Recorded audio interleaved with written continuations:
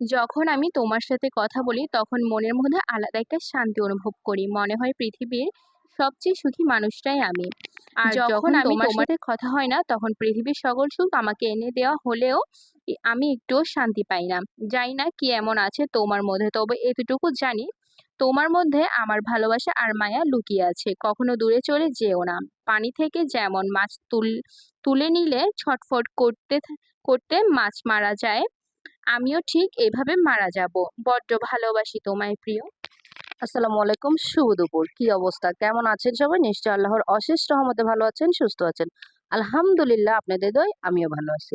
আজকে শুরু থেকে যেটা দেখলেন, হাঁসের মাংসটা আমি কেটে ধুয়ে পরিষ্কার করে নিয়ে একদম মেখে যোগে বসিয়ে দিয়েছি। তারপরে তো মাংসটা কষানো শেষ, কিছু ছোট আলু দিয়ে দিচ্ছি, দিয়ে তারপরে এই তো রান্না করে নিলাম। আমার রান্নাটা কমপ্লিট হয়ে গিয়েছে। আসলে শুক্রবার মানেই ভালো মন্দ খাওয়া, তাই না?